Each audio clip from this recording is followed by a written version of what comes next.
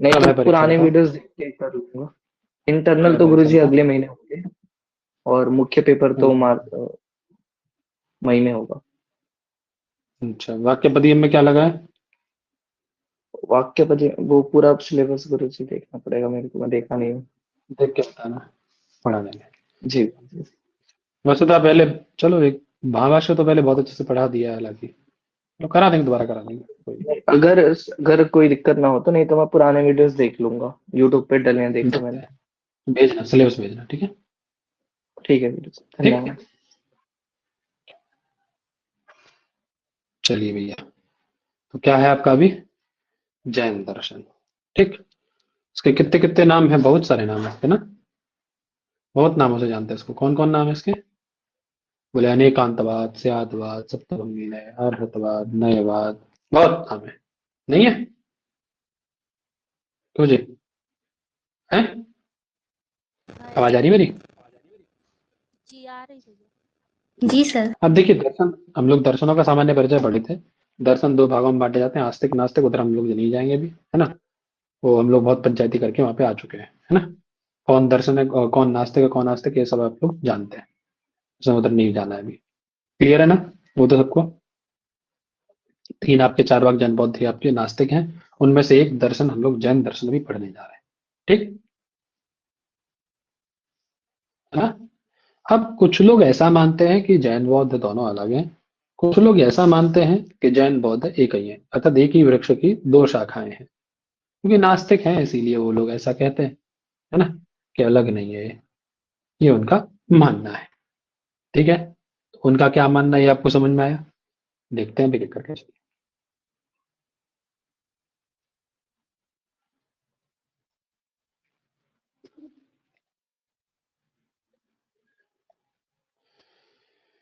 क्या कह रहे हैं देखिए,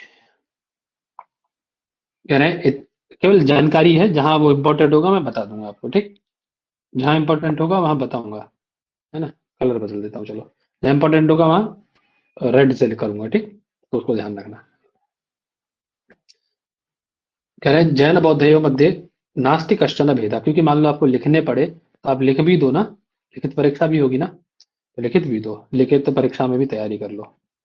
कह रहे वस्तुतः जैन बौद्धयो मध्य नास्ति कश्चन भेदा, वस्तुतः जैन और बौद्ध के मध्य में कोई विशेष भेद नहीं है, इति समालोचक वदन्ति, ऐसे कुछ समालोचक लोग कहते हैं।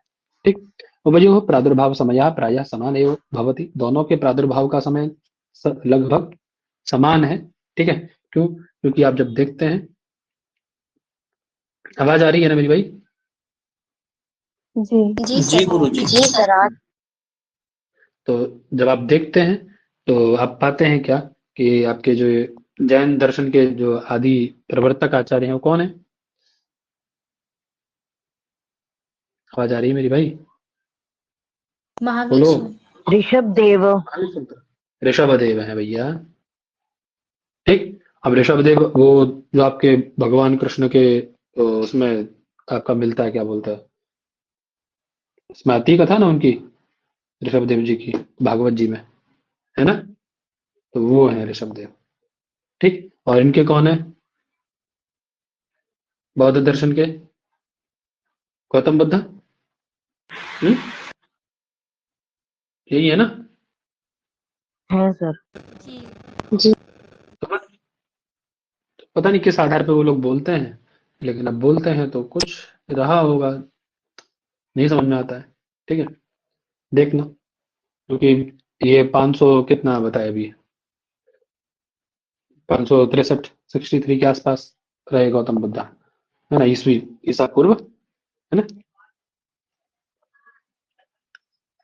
और जो आपकी, यदि देखा जाए, जो प्रथम जैन संगति है ना, जो पाटलिपुत्र में हुई थी स्थूलभद्र के अध्यक्षता में, दो संगतियां हुई, जैसे बौद्ध संगतियां हुई है ना चार, ऐसी दो जैन संगतियां हुई हैं। तो जो प्रथम जैन संगति थी वो लगभग 300 ईसा पूर्व हुई है। तो जब पहली बौद्ध संगति, जो कि आपके स्थूलभद्र के समय पे हुई थी, जिस समय आपका ये चंद्रगुप्त का शासन था, उस समय हुई थी, है ना, क्योंकि इसका अनुयायी था वो जैन का। तो उसके समय पे 300 ईसा पूर्व ये हुई थी, तो इसका मतलब कि उसका जो समय है वो और पहले का रहा होगा ना। प्रथम संगति हुई है, तो उसी के आधार पर वो लोग लेके जाते हैं। लेकिन हम लोग भागवत को देखें तो वहां तो हम लोग तो भगवान कृष्ण को 5000 वर्ष पहले का मानते हैं। भागवत जी में उसका वर्णन, बहुत सारी चीजें हैं इसमें, है ना, वेद व्यास के हिसाब से लगाएंगे तो। लेकिन अब कुछ लोग ऐसा मानते हैं तो उनको हम लोग देख रहे हैं। ठीक, कह रहे हैं इतिहास तिमिर नामक एक ग्रंथ है, एक इतिहास तिमिर नामक ग्रंथ है। ठीक, ग्रंथ में शिव प्रसाद नृप नाम के व्यक्ति हैं, वो जैन और बौद्ध को एकार्थ वाचकत्व अंगीकारते हैं, अर्थात उनको एक अर्थ देवता का बताते हैं, अर्थात एक अर्थ को कहने वाले हैं लोग, कुछ अलग नहीं है इनका। ठीक, महावीर गौतमो उभय नामाभ्याम गणधर इति नाम कश्चन श्रवणः आसीत् केचन कथयन्ति। मतलब महावीर ये और गौतम बुद्ध नाम का कोई एक ही व्यक्ति था, गणधर नाम का कोई श्रमण था, उसी ने श्रमण संप्रदाय की स्थापना की। ठीक है ना, और वहीं से ये दोनों निकले हैं अपने अलग अलग, है ना। इस श्रमण शब्द पे भी आगे हम लोग विचार करेंगे जब बौद्ध इत्यादि दर्शन पढ़ेंगे तो। परंतु लेकिन जैन संप्रदाय में महावीर स्वामी का एक शिष्य था।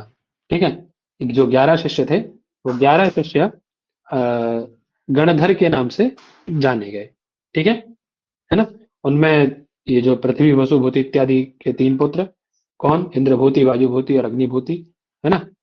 वारुणी धर्मप्रिय था, बादल, ये सब थे जो आपके 11 गणधर थे। इनको 11 गणधरों के नाम से जाना गया। ठीक है जी, इसमें कोई इंपॉर्टेंट नहीं है, बस आप जानकारी आपको मिले, उतना जानकारी सबकी होनी चाहिए ना।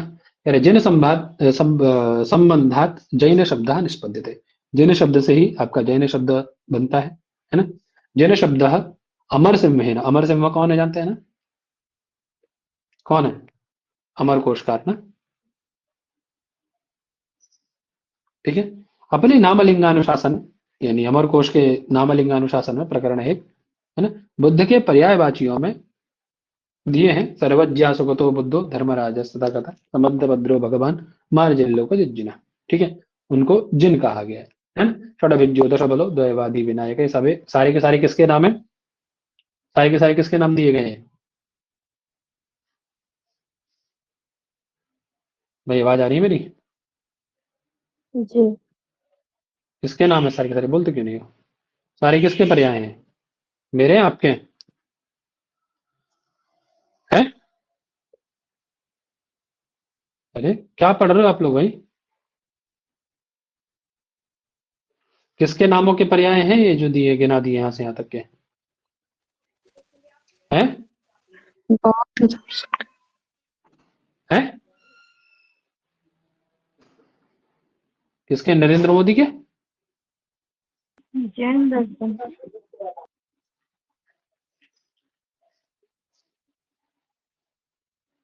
डोनाल्ड ट्रंप के, जैन हैं? दर्शन के। जैन दर्शन के पर्याय हैं ये सारे।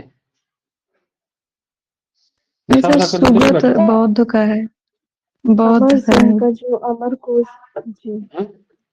अच्छा, अमर सिंह के हैं ये पर्याय, क्या पढ़ाया था पीछे, क्या पढ़ रहे थे, क्या सुन क्या रहे थे आप? सर जिन शब्द के हैं।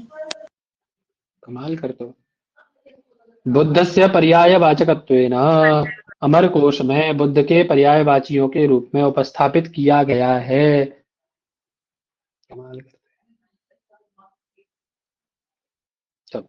आई कह रहे हैं जिन शब्द की व्युत्पत्ति बुद्ध के पर्याय हैं सारे के सारे। कह रहे जी विजयी धातु हो, एक ये सूत्र है, इणशीय जिदी दुष्य विभ्यो नक, इस सूत्र से नक प्रत्यय करके आपका जिन शब्द ये बनता है जी विजयी धातु से। ठीक है, अर्थात जिसने अपनी इंद्रियों को जीत लिया है वो जिन कहलाता है इनके यहाँ। ठीक है, अर्थात विजयी, इंद्रियों को जीतने वाला। ठीक है ना।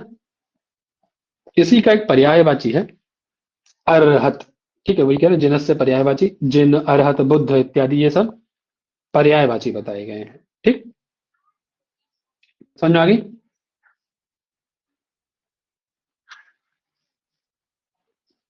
ठीक है भाई साहब, जी सर। जी सर। जी सर। है ना।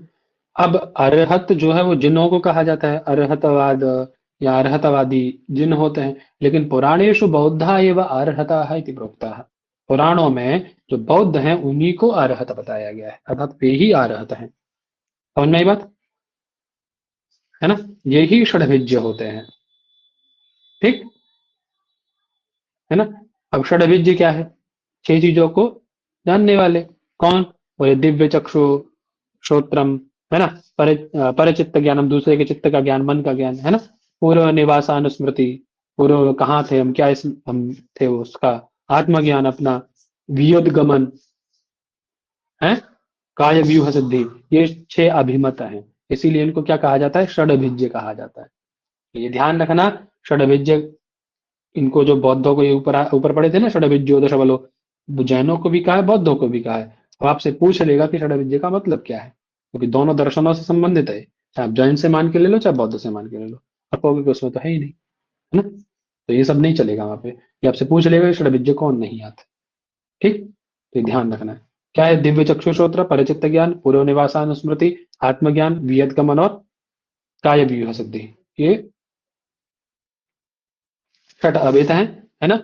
जो इनको जानता है, इन षट अभेदों को जो जानता है, ज्ञायमानानि यस्य, जिसको ये ज्ञात हैं, वो षट अभेद कहलाएगा, ठीक है। अथवा 6 प्रकार के दान बताए, शील, शांति, वीर्य, ध्यान, प्रज्ञाभिज्ञा, है ना, इनको जानने वाला षड अभिज्ञ कहलाता है, तो ध्यान रखना है बस, ठीक है, ठीक है सर। जी सर।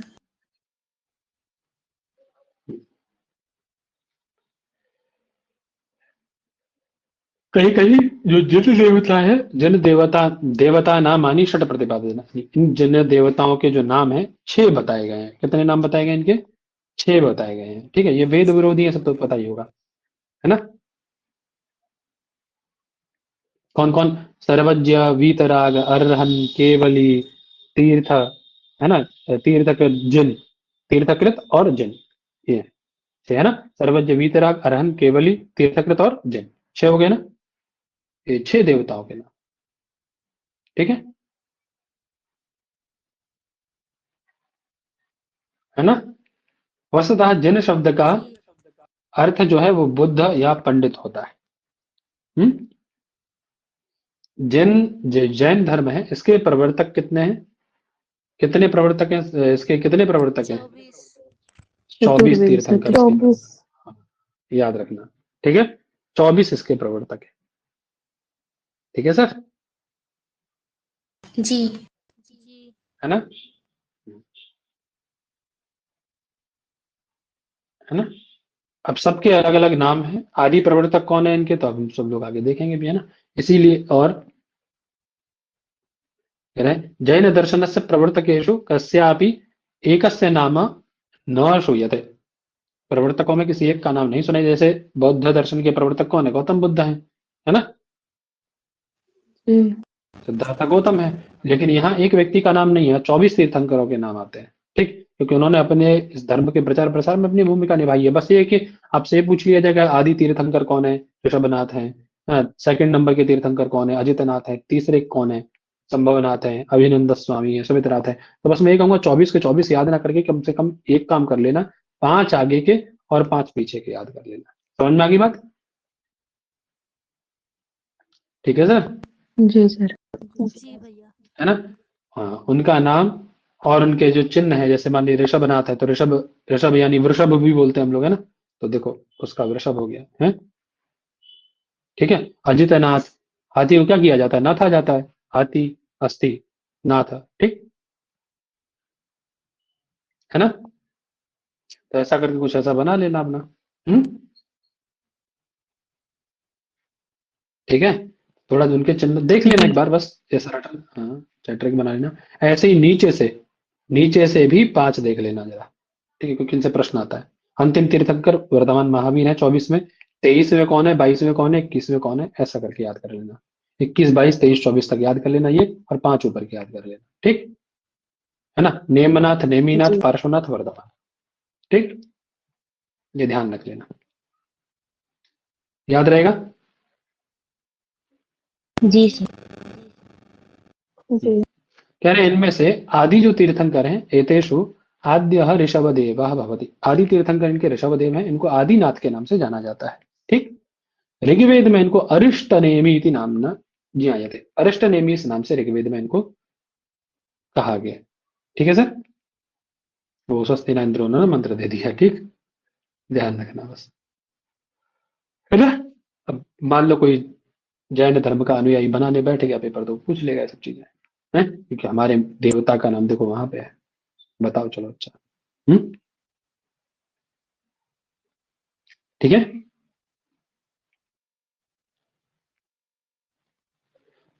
समझ में आ रही बात है? जी सर। जी अब कह रहे हैं कि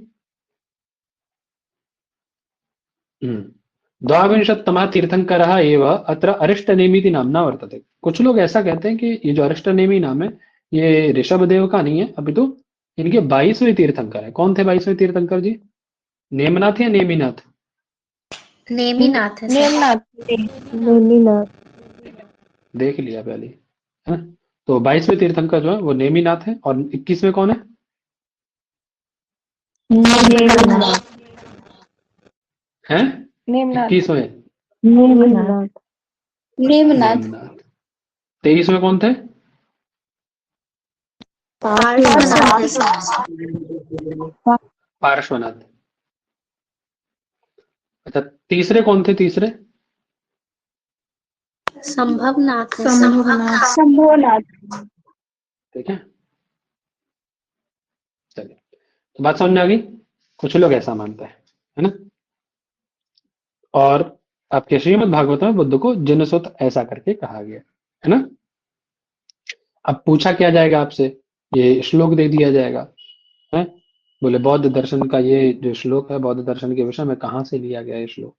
ठीक, तत्र कलो संप्रवृत्ते सम्मोहाय स्वरद्विषाम बुद्धो नामा जनसुतः कीकटेषु भविष्यति, है ना।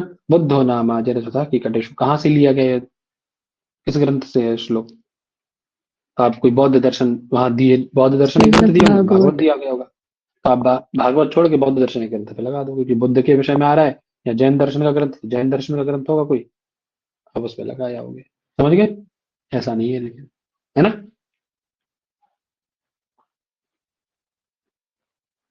ठीक, कह रहे हेतेषु तीर्थंकरेषु, जो 24 तीर्थंकर हैं इनमें से वर्धमान महावीर अंतिम तीर्थंकर हुए। ठीक, इन्हीं ने बौद्ध धर्म का जो प्रचार प्रसार है समग्र विश्व में किया है। अब कह रहे हैं अतः गौतम से समकालिकोयम जैन परंपरायाम सुमहान संरक्षक है उच्चते। अब इनको गौतम का समकालिक माना जाता है। किनको? वर्धमान, किनको? वर्धमान महावीर को। महावीर को यह स्वीकार किया जा सकता है। ठीक है, ये बात स्वीकार करने लायक है कि नहीं। इनका भी जन्म कभी हुआ है? 540 में हुआ है, यहाँ दिया है देखो 599, लेकिन जब आप आयोग की पुस्तकों में देखोगे, है ना, एनसीईआरटी वगैरह में, तो वहां पे 540 के आसपास इनका जन्म माना जाता है। ठीक, 527 से 599 के मध्य दे रहे हैं, वहां 540 से, और जो इनका निर्वाण है वो 400 कितना 68, हाँ सॉरी 468 में माना जाता है। ठीक है, सही है भैया।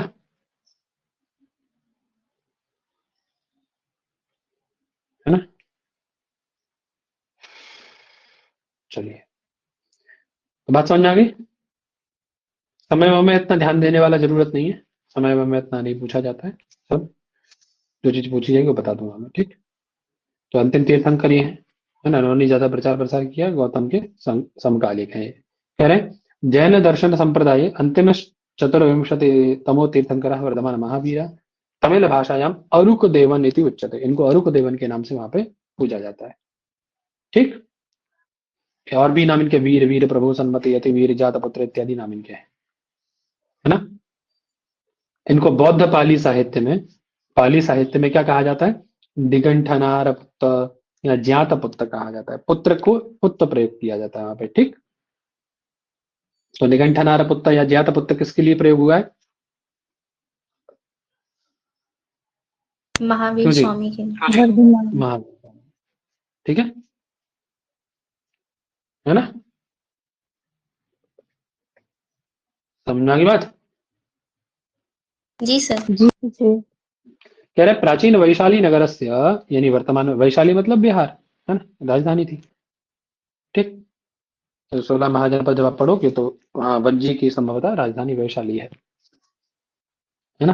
वर्तमान में जो बिहार है, आधुनिक बिहार, उसके कुंदग्राम, कौन गांव है उनका? कुंदग्राम, है ना। कहीं कुंड, कहीं कुंड भी मिल सकता है, तो उसमें और घबराना नहीं है, कुंडग्राम भी मिल सकता है, तो ये भी ध्यान रखना। ठीक, इस एक राजकीय परिवार में ये भी राजा के पुत्र थे और आपके गौतम बुद्ध भी राजा के ही पुत्र थे, है ना। ठीक है, इनके पिता का नाम क्या था जी? सिद्धार्थ, है, और मां का नाम त्रिशला। वह गौतम बुद्ध का स्वयं का नाम सिद्धार्थ गौतम था ना, ध्यान रखना। ठीक है, जी एक कुल था जात्रिक कुल, है ना। कौन कुल है? ज्यात्रिक कुल। उसके कौन थे? हेड थे इनके पिताजी, ठीक है ना,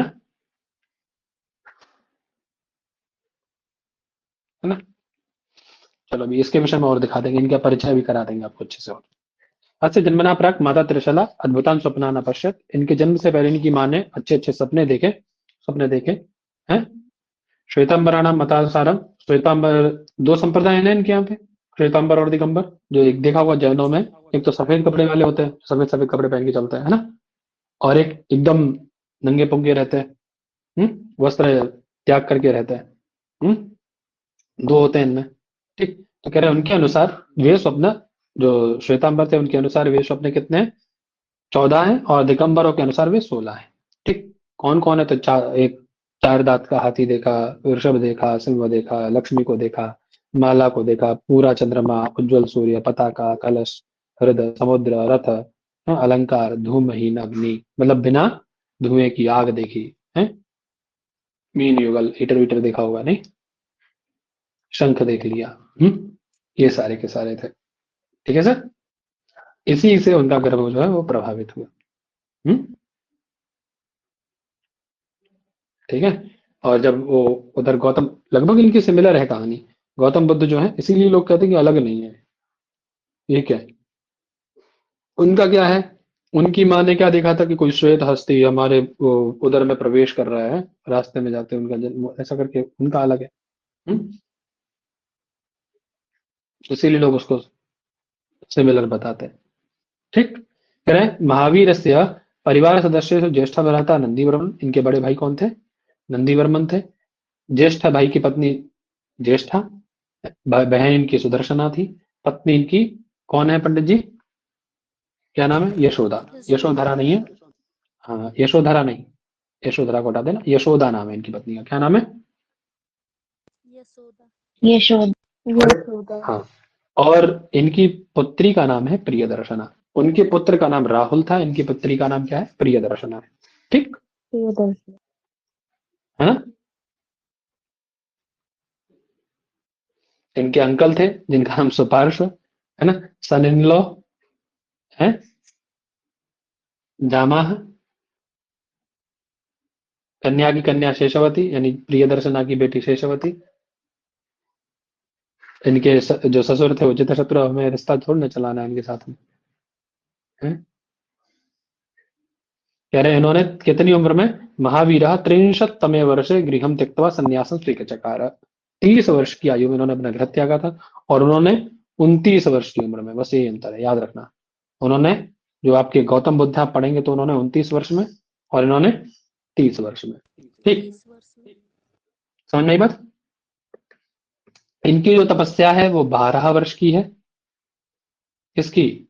आपके वर्धमान महावीर की। ठीक, और उन्होंने 29 वर्ष में घर त्यागा है, 29 वर्ष में घर त्यागा, और 35 वर्ष में उनको ब्रह्म ज्ञान की प्राप्ति हो गई, बुद्धत्व की प्राप्ति हो गई है। तो उन्होंने 6 वर्ष तपस्या की। समझ में आ गई बात? दोनों को ऐसा याद रखना है ना। गौतम बुद्ध ने कम समय में प्राप्त कर लिया, उन्होंने 12 वर्ष किया। ठीक है जी,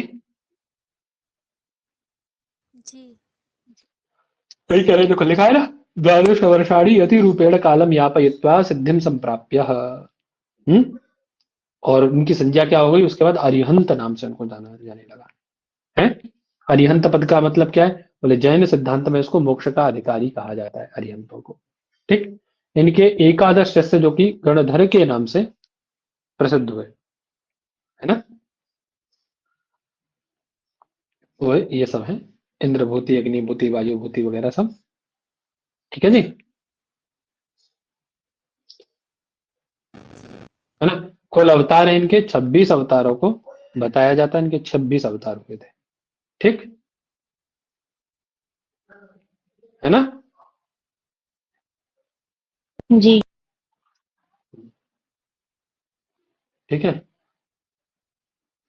चलो आगे देख लेते हैं कौन राजा इनका अनुयायी रहा इन धर्म का। तो कह रहे हैं साधारणतः कस्यापि धर्म से प्रचार प्रसारे व तत्कालीन राजा ना मुख्यम पृष्ठोपता, मतलब कोई भी राजा था, स्वाभाविक सी बात है, कोई भी राजा उस धर्म के प्रचार। अब मोदी जी हैं, मोदी जी क्या कर रहे हैं अपने सनातन धर्म को ऊपर, कितना भी कहा था हम लोग, देखो कितना उसको हाईलाइट किया ना उन्होंने, आकर्षित कर रहे हैं लोगों को, चाहे कुछ भी कर रहे हैं उसका, उसको मतलब प्राइवेटाइजेशन करते जा रहे हैं, उसको व्यापार बनाते हैं, लेकिन वो भी हाईलाइट कितना हुआ है सनातन ना, उसके बाद से एक ट्रेडिशन बन गया उन्होंने, जैसे वो व्रत रहे या फिर वो उसको धारण किए हो वस्त्रों को, धोती कुर्ता वगैरह या शर्ट, तो एक ट्रेंड बन गया ना वो। तो उस समय का जो तत्कालिक राजा होता है उसकी ये रहती है ना, तो जैसा राजा होगा वैसी प्रजा भी उसी धर्म का ज्यादा वृद्धि होगी थोड़ी, ठीक। कह रहे जैन धर्म के प्रचार प्रसार में चंद्रगुप्त मौर्य का अवदान सबसे अधिक रहा है, ठीक है। इन्होंने एक शिष्य थे भद्रबाहु, भद्रबाहु के शिष्य बन करके, मतलब भद्रबाहु एक अनुयायी थे इसी के जैन धर्म के, उनके शिष्य बन करके इन्होंने एक इनका संधार व्रत होता है, संधार व्रत, कौन संधार कह रहा हूँ, संधार व्रत होता है, कौन सा संधार व्रत, संसार। हाँ, ये तब तक भूखे रहते हैं, तब तक भूखे रहते हैं जब तक इनके प्राण नहीं छूट जाते, ठीक है। इस व्रत का पालन उन्होंने एक श्रवणबेला नामक जगह है कर्नाटक में, ठीक है, वहां जाकर के इन्होंने किया था, इनके शिष्य बन के अपने पुत्र को अपना राजकाज सौंपने के बाद में। चंद्रगुप्त को जानते हो ना, चाणक्य के द्वारा जो महानंद के पुत्र घनानंद को हटा करके और बैठे थे, हाँ वही, ठीक। सर एक ऐसा भी ठीक है है, परिसर तो है। अब यहाँ तो कोई दिक्कत ही नहीं है। अब इसमें थोड़ा सा मैं आपको और बता देता हूँ, कुछ चीजें, एक दो चीजें हैं और उसको और फटाफट से बता देता हूँ। तो ये इतना ही रखेंगे अभी इसको, तो इसको आगे कल फिर कर लेंगे, कल भी इसको पूरा कर लेंगे, सामान्य इसका परिचय 2-3 दिन में कम से कम पूरा होगा ये, अच्छे से पढ़ेंगे तो, ठीक है। कौन सा अपने को भाग के जाना कहीं यार, जी। पढ़ रहे हो तो एक बार अच्छे से पढ़ लो, दोबारा में रिवीजन तो फिर फास्ट एंड फॉरवर्ड हो जाएगी, एक बार ढंग से पढ़ लेंगे तो अच्छा रहेगा ना। जी। देखिए जैन शब्द जिनसे बताया हम सब लोग जानते हैं सब, है ना, वही कह रहे हैं, आगे फटाफट फटाफट करते जाते हैं जल्दी जल्दी। जैन संतों को तीर्थंकर कहा गया है, कहना ऋग्वेद में 2 जैन तीर्थंकरों, देख लेना, ये ध्यान रखना, देखो ये ऐसी चीजें आपका आयोग पूछ रहा है, मैं उदाहरण दूंगा आपको अभी। जब मैं पढ़ रहा था इसको तो मुझे चीजें मिली एक दो, तो मैं सोचा, मैंने कहा अच्छा यहाँ से पूछे जा रहे हैं ये प्रश्न, ये क्योंकि अपने सिलेबस में कहीं देखे ही नहीं हमने ये, है। तो क्या ऋग्वेद में 2 जैन तीर्थंकरों ऋषभदेव और अरिष्टनेमि का उल्लेख किया गया है, ठीक है। तो ऋषभदेव और अरिष्टनेमि का उल्लेख आप लोग कहाँ मिलेगा, ऋग्वेद में, ठीक। यानी भगवत गीता व विष्णु पुराण में ऋषभदेव का उल्लेख मिलता है ना, ठीक है। बात समझ में आई? जी सर। जी। महावीर स्वामी का जो उपदेश है वो अंतिम देशना के नाम से 36 अध्यायों का है, ठीक है, 36 अध्यायों में विभक्त है वो महावीर स्वामी का उपदेश, अंतिम देशना एक बुक है, उसमें महावीर स्वामी के उपदेश हैं, वो 36 अध्यायों में, ध्यान रखना। अंतिम देशना जैन दर्शन से संबंधित है और उसमें महावीर स्वामी के उपदेश निहित है, ठीक है ना। इनका एक ग्रंथ है जैन धर्म का उत्तराध्ययन सूत्र, कौन सा है, आवाज आ रही है मेरी, उत्तराध्ययन सूत्र। हाँ कौन ग्रंथ है जी, उत्तराध्ययन सूत्र, अध्ययन सूत्र। ठीक है अध्याय है ना। कितने हैं? श्वेतांबर संप्रदाय है बेटा, श्वेतांबर संप्रदाय है बेटा, अध्याय इनके कितने हैं जो उपदेश दिए हैं? 36 अध्याय, ठीक है ना। तो इनका ये जो उत्तराध्ययन सूत्र है, इस उत्तराध्ययन सूत्र के अनुसार जो 22वें तीर्थंकर आपके थे अरिष्टनेमी, है ना, वो भगवान कृष्ण के समकालीन रहे थे। ठीक, इनके अनुसार। क्लियर है? जी भैया। ठीक है भैया।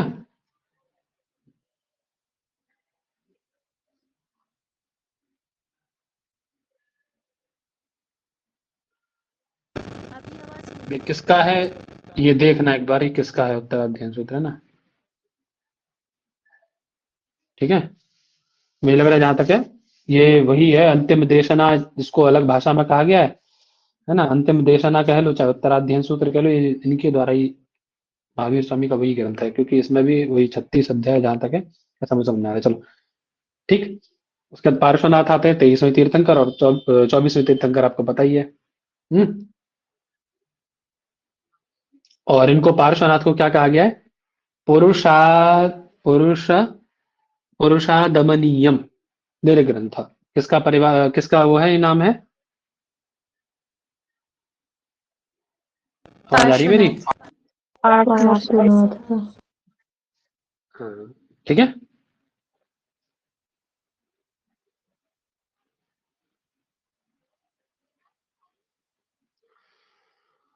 अब ये सारे तीर्थंकर आ गए आपके, उनके प्रतीक चिन्ह आ गए, है ना।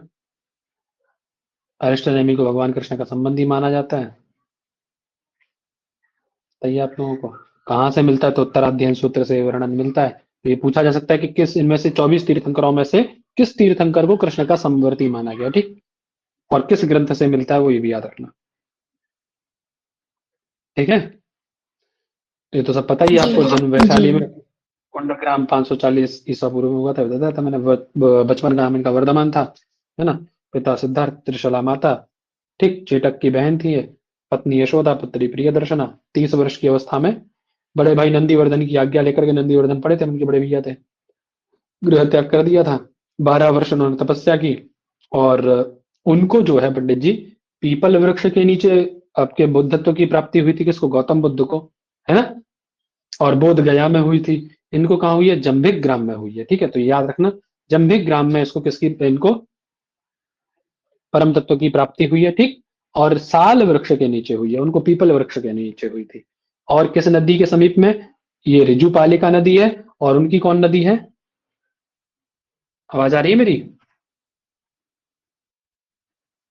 हम लोग बोलते नहीं हो तो मुझे लगता है आवाज नहीं आ रही है। उनको कौन नदी के समीप में हुई है? उनकी नदी है निरंजना। कौन नदी है? निरंजना। निरंजना। ध्यान, केवल ध्यान रखने वाली बात है, ठीक है, क्योंकि दर्शन लगा हुआ है, दर्शन से संबंधित सामान्य परिचय में आती है सारी चीजें, ठीक है ना। तो ध्यान रख लोगे तो क्या दिक्कत जाएगी, ठीक। तो ज्ञान प्राप्त होने के बाद उन्होंने अपनी इंद्रियों को जीत लिया, जिस कारण से वो क्या कहलाए? केवलिन, है ना। इंद्रियों को जीतने के कारण जिन महावीर आदि नामों से जाना गया उनको, ठीक है ना। और निर्ग्रंथ, बंधनों से मुक्त होने के कारण निर्ग्रंथ, और योग्यतम होने के कारण अरहत। किस कारण से क्या कहलाए ये थोड़ा सा देख लेना बस, है ना। ज्ञान प्राप्त होने के कारण वर्धमान केवलिन कहलाए, बचपन का नाम वर्धमान था इसीलिए उनको केवलिन कहा गया। इंद्रियों को जीत लिया इसीलिए जिन कहा गया, या महावीर कहा गया। बंधनों से मुक्त हुए इसीलिए निर्ग्रंथ कहा गया उनको, है ना। और योग्य थे, इसके वे योग्यतम थे, तम प्रत्यय है, तो अरहत कहलाए इस कारण से। 72 वर्ष की उम्र में राजगृह में पावापुरी में इन्होंने अपना देह त्याग कर दिया, ठीक। अब कहीं देखो 599 और 527 भी माना जाता है, जो हम वहां देख रहे थे, और मैं भी देख रहे थे ना इससे पहले वाली पीडीएफ में, तो वहां ही लिखा था, है ना। जी सही। ठीक है, तो जैन दर्शन का जितना भी साहित्य है वो प्राकृत भाषा में यानी अर्धमागधी भाषा में लिखा गया। तो याद रखना ये बात, मिलाने को दे दिया जा सकता है ना। इस साहित्य को आगम के नाम से जाना जाता है, ठीक है ना। 4 व्रत है इनके, हिंसा, सत्याग्रह, परिग्रह इत्यादि, त्रिरत्न वगैरह सब तो हम लोग आगे पढ़ेंगे ही, ठीक। वाद वगैरह ये तो हम लोग पढ़ने ही वाले आगे। प्रथम शिष्य इनके जामाली थे, है ना। और इनकी जो पुत्री थी प्रियदर्शना, उसके पति बने, है ना। पहला उपदेश उन्होंने जो राजगृह जहाँ इनका वो समाप्ति हुई थी ना, शरीर छोड़े थे ये पावापुरी में, वही इन्होंने प्रथम उपदेश दिया है। ठीक है सर है ना? प्रथम हाँ शिष्य बोलो। गौतम और इंद्रभूति थे ना। क्या बेटा? प्रथम शिष्य गौतम और इंद्रभूति है ना। गौतम और दोबारा बोलो। वहां से कह रहे हो क्या? वसुभूति, इंद्रभूति और वो जो है गणधर? हाँ चलो देखेंगे वो कॉल अच्छा की हो तो देखते हैं। तो यहाँ लिखा है, देख लेना एक बार, ध्यान रखना बस उसको, सामान्य है। ठीक है तो इनको कहा पहला उपदेश जो इन्होंने राजगृह की विपुलांचल पहाड़ी पे दिया है। और गौतम बुद्ध का पहला उपदेश कहाँ हुआ? ये गौतम बुद्ध वाला पूछा जा चुका है हाँ? तो इसको ध्यान रखना, ये राजगृह वाला जरूर ध्यान रखना इनका। गौतम बुद्ध का पूछा गया है, उन्होंने कहा दिया था पहला उपदेश अपना? कह रहे 5 ब्राह्मणों को उन्होंने दिया था। ठीक है 5 ब्राह्मणों को कहाँ पे दिया था उन्होंने? बताओ। सारनाथ में। कहाँ दिया था? सारनाथ में। सारनाथ, सारनाथ। काशी में। ठीक है इसी को धर्म चक्र जी। प्रवर्तन कहा गया। क्या कहा गया इसको? धर्म चक्र प्रवर्तन। ठीक है तो ये पूछा जा चुका है, तो आशा है कि वो भी पूछा जाए, तो याद रखना है। ठीक अब सोचो ये कोई पूछने वाली बात है तो कहाँ दर्शन में आता है? पूछा गया है ना, वो भी पूछा जाएगा, तो इनका भी ध्यान रखना। ठीक जब पूछे जाते फिर कहते कहाँ से आ गया ये तो। देखो आगे ना, जैन संघ की स्थापना महावीर स्वामी ने पावा में की थी, है ना? पावा की जो पहाड़ियां वहीं पे, और इसमें 11 ब्राह्मणों को सबसे पहले उपदेश दोनों ने ब्राह्मणों को ही दिया। ठीक उन्होंने भी, और इन्होंने 11 ब्राह्मणों को उपदेश दिया है, और 11 समूहों में गणधर बना दिए इनको, है ना? ठीक है 10 की उनके पहली हो चुकी थी, उसके बाद में एक रह गया था बस। चलो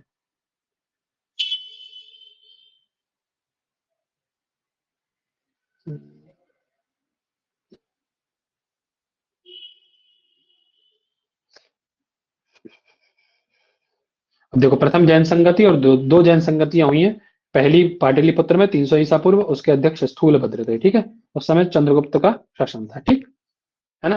कार्य क्या हुआ उसमें? पहली संगति में श्वेतांबर और दिगंबर में विभाजन, अर्थात 2 अलग संप्रदाय बना दिए गए। ठीक द्वितीय जैन संगति वल्लभी गुजरात में हुई, है ना? 1512 से 13 के मध्य में, है ना? 6वीं शताब्दी में, मतलब बहुत समय बाद हुई है। देखो कितने साल बाद हुई है ना, मतलब चला गया जैन धर्म उसके बाद, क्योंकि बौद्ध धर्म आ गया था उसके बाद।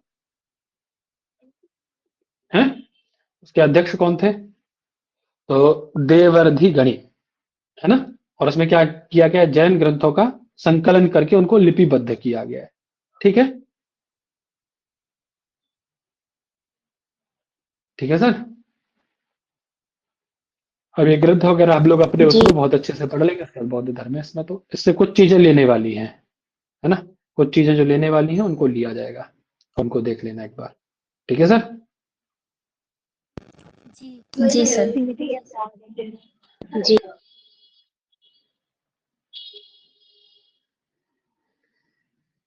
तो ये बात समझ में आ गई सबको?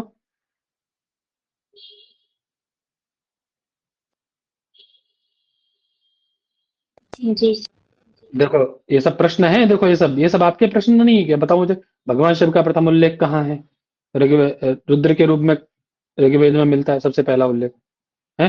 लिंग पूजा का सबसे पहला उल्लेख मत्स्य पुराण में है, तो पुराण के अकॉर्डिंग प्रश्न नहीं है आपका ये।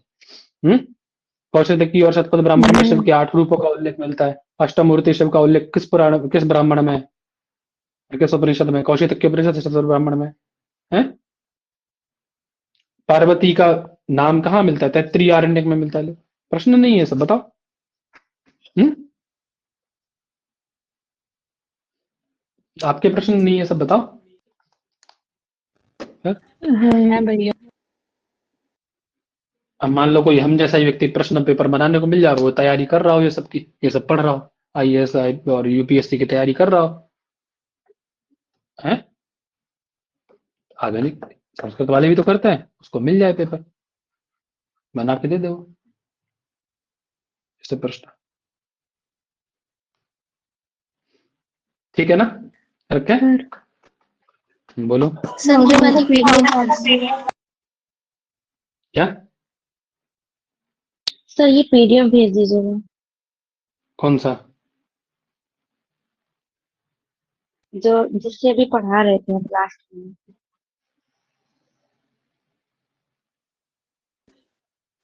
सर ठीक है। हाँ बोलो। सर ये सामान्य परिचय तो हम लोग इससे मान लीजिए पढ़ लेंगे इस बार, लेकिन सर सर्वदर्शन संग्रह से जैन और बौद्ध पढ़ा दीजिएगा, क्योंकि जो ज्ञान के तो 5 वेद और है ना, किससे मति पढ़ाता हो श्रुति। ये बताओ? क्या पढ़ाते नहीं? हर बार नहीं पढ़ाते उससे? ये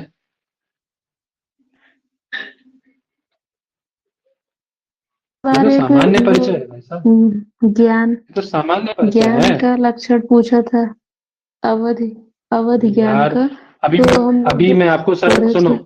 अभी मैं सर्वदर्शन संग्रह खोल के दिखा दूं और वो जो चीज पूछी गई हो वो मैंने पढ़ाई हो, फिर उस पे ये कलर हो रहा होगा मेरे में, तो सबसे अच्छी प्रमाण मेरी यही है। लो अब मैं खोल के दिखा दूंगा आपको, वहीं पे देखो अभी जाके। है तो ये हर बार ही पढ़ाया जाता है, लेकिन आप लोग उतना लाइटली नहीं लेते हो ना, या तो स्किप करते हो कक्षाओं को, फिर उसमें उतना रिकॉर्डिंग देखते हो तो फिर वो किसी स्पीड में देखते हो, काम कुछ और कर रहा है, पढ़ कुछ और रहा है। तो अपना भी अनवहित होकर के नहीं और बैठा हो ढंग से, तो पढ़ो फिर उसको, विषय को ना। नहीं सर, तो अच्छे से कहाँ पढ़े थे थे। तुम? ठीक है। कृतियां हैं इसमें, ये जो पीडीएफ मैंने भेजा था आपको, इसमें से कृतियां आप एक बार देख लेना। ठीक है, दर्शन के ग्रंथ है ना, ये सब देखो, ये टिक लगा हुआ है ना, उनको एक बार अच्छे से देख लेना, क्योंकि जैन दर्शन के ग्रंथ बहुत पूछे जाते हैं। ठीक, समझ में आ रही बात? जी सर। तो ग्रंथ ग्रंथ देख के पूछ लिए जाता है, इन ग्रंथों को देख लेना, उसका राइटर कौन है और उसके वो कौन है ना, ये अच्छे से थोड़ा सा देख लेना। ठीक, देख लोगे ना? जी भैया। जी सर देख ले। जी भैया। बाकी और जैसे जैसे आता जाएगा विषय विषय, वैसे वैसे हम लोग पढ़ते जाएंगे सारी चीजें। बस एक बार आप लोग इसको वन लाइनर लिख लेना इनको, है ना। चलिए।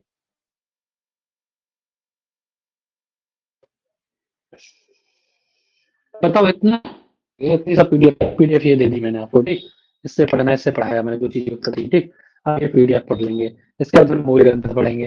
अब इससे बाहर जाएगा कहीं, और जो सामान्य चीजें दूसरी देखी वो उत्कर्ष वाली, उससे देख ली, अब इससे बाहर भी चला जाएगा कहीं, है यदि हम तैयार कर ले उतरा दो। क्यों जी? नहीं भैया। बताओ। नहीं नहीं। बस देखो, आप पढ़िए, अच्छे से पढ़िए, बट उसका रिवीजन बहुत ज्यादा मांगती है चीजें।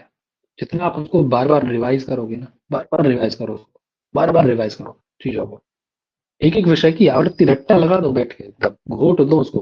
भैया विषय भी आपकी चिल्लाने आवाज लगती है, थोड़ी क्या कर क्या रहा है कट रही है। सबको।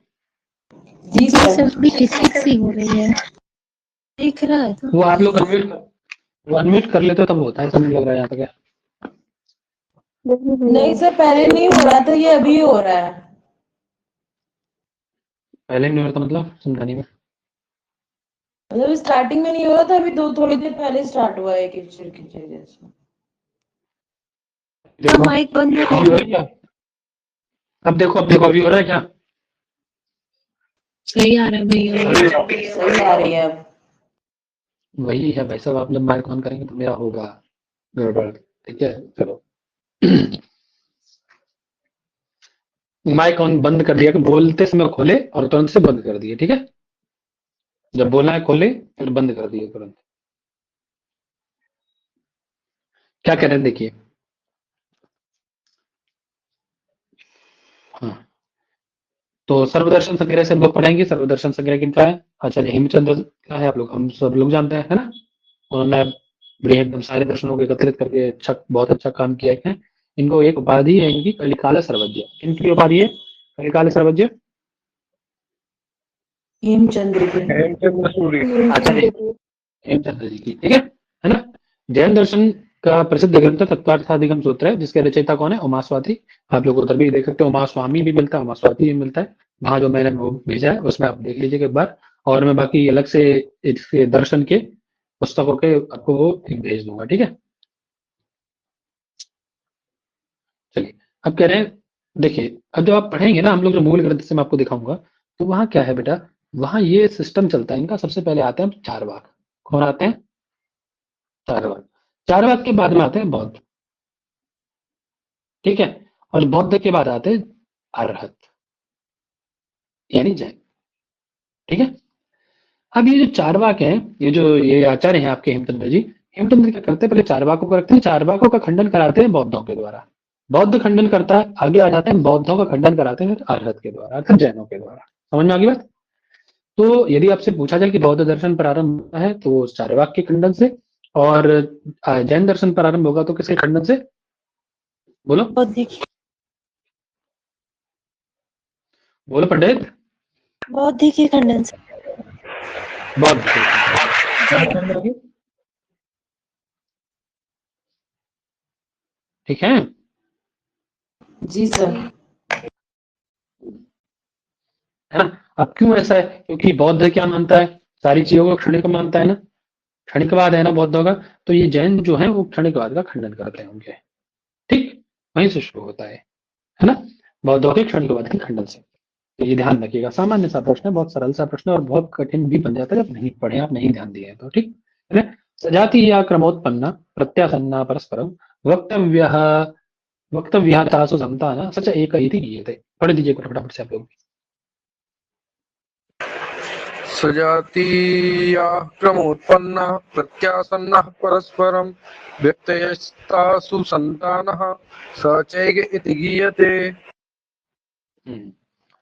अब ये, क्योंकि ये लोग क्या मानते हैं, वह एक है, अर्थात सजाती या सजातीय होने कारण, क्रमोत्पन्न क्रमशः उत्पन्न होने कारण, प्रत्यासन्न होने कारण, परस्पर एक दूसरे से प्रत्यासन्न होने कारण, सजातीय क्रमशः और प्रत्यासन्न एक दूसरे में प्रत्यासन्न होने कारण है, जो व्यक्त है और उसकी संतान दोनों क्या है, एक ही, सच एक ही गीयते, अर्थात एक ही है वो, ठीक है। अब या तो आप जैसे जो बौद्ध है वो उसी का ये मतलब उसी का ये फंडा है अपना, कि वो कहते हैं कि देखिए कोई व्यक्ति है ना, वो जिस क्षण में उस कर्म को कर रहा है, ठीक है, उस क्षण में उस कर्म को, जैसे मान लीजिए हमने खाना पकाया, अब जिस क्षण में खाना पकाया उस क्षण में खाया नहीं, खाया दूसरे क्षण में, क्षण बदल गया, है ना। क्षणिक बाद प्रत्येक क्षण में अलग अलग कार्य हो रहा है ना, जिस क्षण में खाना बनाया उस क्षण में हमने नहीं खाया, इसका मतलब कि हम भी बदले ना, वो खाना बदला तो हम भी बदले, कि जिसने खाना बनाया उसने खाया ही नहीं, खाना बनाया था पूर्व वाले व्यक्ति ने, दूसरे देवदत्त ने, और खाया किसी ने दूसरे ने, समझ गए। प्रत्येक क्षण वही परिणाम हो रहा है, अर्थात पूर्व क्षण में जिस क्षण में हमने खाना बनाया हम उस क्षण में कुछ और थे, और जिस क्षण में हम खा रहे हैं उस क्षण में कुछ और है। तो यही बात है इनकी, समझ में आई बात। और उसी को ये कहते हैं कि ये देखो सजाती है वह, क्रमशः उत्पन्न हो रही सारी चीजें, उसी में प्रत्यासन्न है वो क्रिया किसमें, उसी व्यक्ति में, वही खा रहा है वही बना रहा है? जब सारी चीजें एक ही हैं तो वो अलग कैसे है, ये बताओ। समझ आ गई बात? जी। ठीक है सर, हैं? आवाज आ रही है मेरी? आ रही महोदय। जी सर। आ रही है भैया आवाज आपकी। तो समझ में आई बात। अब उसका खंडन नहीं कर रहे हैं और अच्छी तरह से उसकी कह रहे हैं कि इसमें आपकी में कितने दोष हैं, अब एक क्षण के बाद में कितने दोष दिए उन्होंने, 5, एक नहीं 5। ठीक है, कौन देते हैं? तो कह रहे हैं जैन आचार्य हैं हेमचंद्र सूरी, उन्होंने वीतरागस्वती ग्रंथ है। कौन सा ग्रंथ है हेमचंद्र सूरी का? हेमचंद्र सूरी का। जैन आचार्य अलग है, ये अलग है। तो हेमचंद्र एक आचार्य जैनों में, उनका ग्रंथ है वीतरागस्वती। कौन है? वीतराग ठीक है, इस ग्रंथ में वो इस क्षणिकवाद में 5 दोष देते हैं। कितने दोष देते हैं? 5। ठीक है, और 5 दोष लेकर के इनके क्षणिकवाद में भूसा एकदम भर देते हैं, वो एकदम समाप्त कर देते हैं उसको। क्या कहते हैं? बोले कृत प्रणाश कृतकर्म भोग भव प्रमोक्ष स्मृति भंग दोषान उपेक्ष साक्षात क्षणभंगमिच्छन् अहो महासाहस साहसिकः परोऽसौ। एक बार आप लोग पढ़ दीजिए फटाफट से। कृतप्रणासा कृतकर्म भोग भव प्रमोक्ष स्मृतिभंग दोषान् प्रेक्ष साक्षात् क्षणभंगमिच्छन् अहो महासाहसिकः परोऽसौ। बोले इन पांच पांच दोषों को देखने के बाद भी जो व्यक्ति ये कह दे यहाँ क्षणिकवाद है, मतलब एकदम वो तो महासाहसी है भाई, है। इन सबको देखने के बाद में यदि कोई व्यक्ति कह दे कि भाई क्षणिकवाद है हमारे यहाँ, हम क्षणिकवाद को मानते हैं, तो कैसा है? महासाहसी है। कौन से हैं? तो करें कृत प्रणाशा था, जो हमने कर्म किया उस कृत कर्म का नाश। ठीक, यदि आप क्षणिकवाद मानते हैं तो जो आपने कार्य किया उस कर्म का नाश भी मानना पड़ेगा। आपने भोजन बनाया तो उस भोजन का नाश क्यों होगा, वो क्यों विद्यमान अभी तक आपके पास में, ठीक है ना। अकृत कर्म फल परभोग। और यदि आप क्षणिकवाद को मानते हैं तो मान लीजिए आपने भोजन बनाया और आप कह रहे हैं कि जिसने भोजन बनाया उसने खाया नहीं, खाया किसी दूसरे ने, है ना। क्षणिक में बदल गया ना वो आपके यहाँ। तो जिसने कर्म नहीं किया उसको फल मिल गया, जिसने कर्म किया उसको फल मिला ही नहीं। तो आपके यहाँ तो क्या हो जाएगा, अकृत कर्म भोग हो जाएगा। ये दूसरा दोष हो गया, अकृत कर्म भोग। समझ में आ गई बात? अतः बिना कर्म करे उसको फल मिल गया। ऐसा होता नहीं है यद्यपि, जब कर्म करेंगे तभी फल मिलता है ना। ठीक, समझ में आ रही बात, नहीं आ रही है? आ रही है सर। हरि महोदय। अब कह रहे और भाव विनाश। बोले ऐसे यदि आप क्षणभंगुरवाद मानेंगे, क्षणिकवाद मानेंगे तो सारे संसार का नाश हो जाएगा। संसार चलेगा कैसे, ये बताओ हमें पहले तो पंडित जी, हैं। अरे हम अपने कर्म के आधार पे ही जन्म लेते हैं, और यदि हम क्षणिकवाद मान रहे हैं तो कर्म का नाश हो रहा है, और कर्म का नाश हो जाएगा तो अगला जन्म होगा कैसे, फिर तो संसार चलेगा ही। तो कल खत्म हो जाना चाहिए संसार। तो ऐसे तो आपके अनुसार तो चलना चाहिए फिर संसार, कोई दोबारा जन्म ही न ले, क्योंकि सबके कर्मों का नाश हो जाएगा, सबको मोक्ष मिल जाएगा, है। क्यों जी, बताओ। जी जिसके कर्म समाप्त हुए वो व्यक्ति है। हम लोग मोक्ष कैसे होता है, आपके कर्मों का जो आपने पूर्व संचित कर्म है उनका आप भोग करेंगे, और नए कर्म आप नहीं करेंगे, आपके कर्म और जो है सब बराबर हो जाएंगे, और आप उसी दिन मोक्ष मिल जाएगा। तो ऐसा होने से तो आपके मोक्ष की प्राप्ति हो जानी चाहिए। और क्या, मोक्ष विनाश। और क्या कह रहे हैं, का बिना मोक्ष विनाश। कर्म भी मोक्ष से जुड़ा हुआ है तो मोक्ष का विनाश हो जाए। स्मृति नाश। और क्या हो जाएगा पंडित जी, आपकी अनुभवजन्य स्मृति है। जब आप क्षण में बदल रहे हैं प्रत्येक क्षण, तो आपकी स्मृति कैसे वो बनी हुई है, आपकी स्मृति का भी नाश हो जाना चाहिए। क्यों जी, बताइए।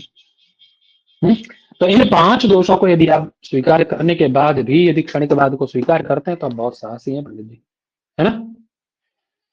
ठीक है, समझ में आ गई कौन से पांच दोष, ध्यान रखना। क्रम ज्ञान का क्रम जरूर याद रखना, ठीक।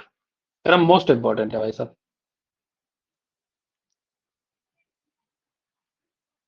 ठीक, आगे कह रहे हैं, देखिए, बौद्धों के क्षणिकवाद का खंडन शंकराचार्य ने, आचार्य शंकर ने, है ना, भगवत्पाद शंकर ने अपने ब्रह्मसूत्र में किया है।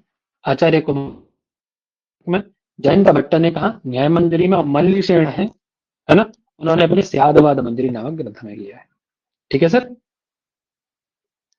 किसने कहा ध्यान रखना। अरहत, अरहत जिनों को अरहत कहा जाता है, मैंने बताया था, जिन अरहत है, बताए थे ना, जैन, जी बताए थे, ठीक है। तो बताया तो जैन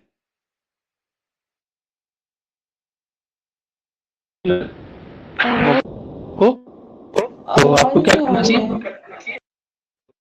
आवाज कट रही है बहुत कट रही है please। आवाज कट रही है सर।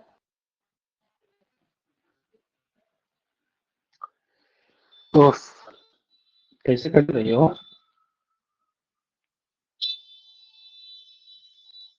एक मिनट स्थान स्थानांतर तमाह लगाते हैं, स्थान बदल के देखते हैं। अब बताओ, हम सही है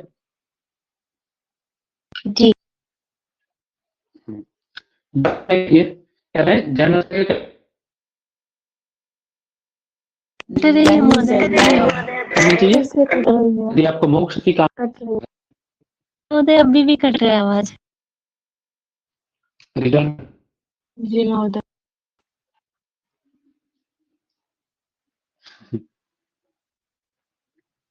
चलो सर्वज्ञाचितरागादि दोषः त्रैलोक्य पूजितः यथा स्थितार्थवादी च देवो अर्हन् परमेश्वरः। ठीक है, जो कैसा हो पंडित जी, सर्वज्ञ सर्वज्ञ है। ठीक है, और कैसा है, राग आदि जिता, जिसने राग द्वेष इत्यादि को जीत लिया है। ठीक है, और त्रैलोक्य पूजिता, तीनों लोकों में जो पूजित है। और यथास्थित अर्थवादी, अर्थात ऐसा विषय जो जैसा है वैसा वैसा बताने वाला, आप पुरुष जैसे हमारे कहते हैं, उसको ऐसे को ऐसे देव को अर्हन परमेश्वर, है ना, उस देव को उसको उस अरहत को परमेश्वर के नाम से जाना जाता है। ठीक है सर, बात समझ आ गई? तो ये याद रहेगा ना, अरहत का लक्षण है क्यों जी? जी चलिए आगे आ जाते हैं। यानी जिनदत्त सूरी ने अपनी ग्रंथ विवेक विलास, एक ग्रंथ है जिनदत्त सूरी का विवेक विलास, उसमें 18 दोष बताए हैं। कहते हैं ये 18 दोष जिसके पास हैं वो जिन अरहत है। ठीक है, सॉरी 18 दोष जिसके पास नहीं है वही जिन क्या है, अरहत, यानी जिन यानी अरहत है, यानी वही परमेश्वर है। और वो तत्व कौन से हैं, देखिए बता रहे हैं।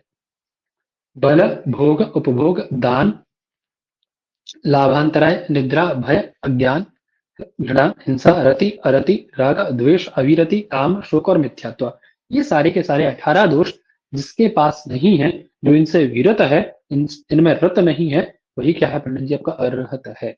ठीक है सर, बात समझ आ गई? जी। आगे करें, रत्न त्रय पद वेदनीयतया प्रसिद्धम सम्यक दर्शनादि त्रितय त्रितयम अर्हत प्रवचन संग्रह परे परमागम सारे प्ररूपितम। एक ग्रंथ है परमागम सार। कौन सा ग्रंथ है? परमागम किसका है, कोई बताएगा मुझे? कल शायद ये बताया भी था मैंने, बताइए।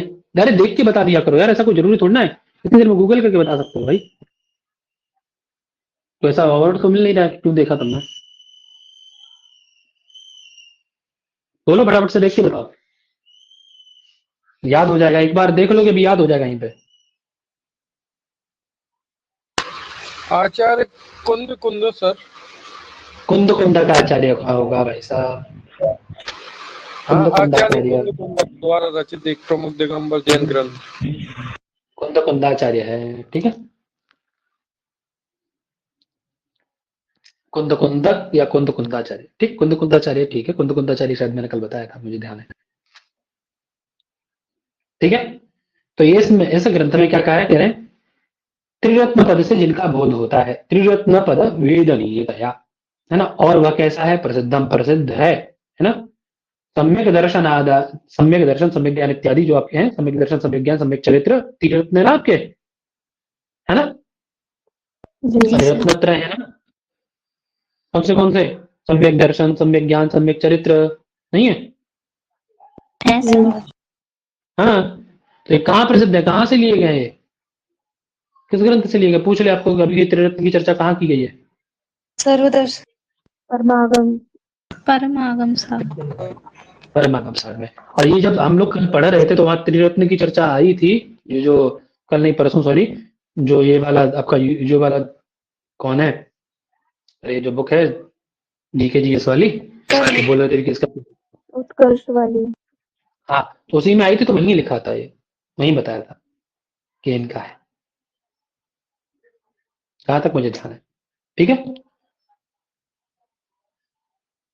है ना, तो वही बता रहे हैं, कहते हैं त्रिरत्न पद के द्वारा वेदनीय जो प्रसिद्ध सम्यक दर्शन, सम्यक ज्ञान, सम्यक चरित्र इत्यादि त्रिरत्न है, उनका वर्णन कहाँ मिलता है आपको, परमागम सार में उनको प्ररूपित किया गया है ना। कौन कौन है वे, तो सम्यक दर्शन, सम्यक ज्ञान, सम्यक चरित्राणी मोक्ष मार्ग, अर्थात मोक्ष मार्ग कौन कौन है इनके, सम्यक दर्शन, सम्यक ज्ञान, सम्यक चरित्र, अर्थात वही गांधी जी वाला, अच्छा देखो, अच्छा ज्ञान करो और अच्छा चरित्र रखो। ठीक, उनका क्या था, बुरा मत देखो, बुरा मत सुनो और बुरा मत बोलो, है।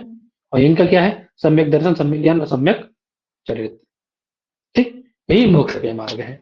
ठीक है सर, वर्णन कहाँ मिलता है इनका? कहाँ पर निरूपित किया है? परम आगम सार में किसका है? कुंदन बात समझ में आ गई? ठीक है, आ गया सर। चलो इतना ही रखना है अभी।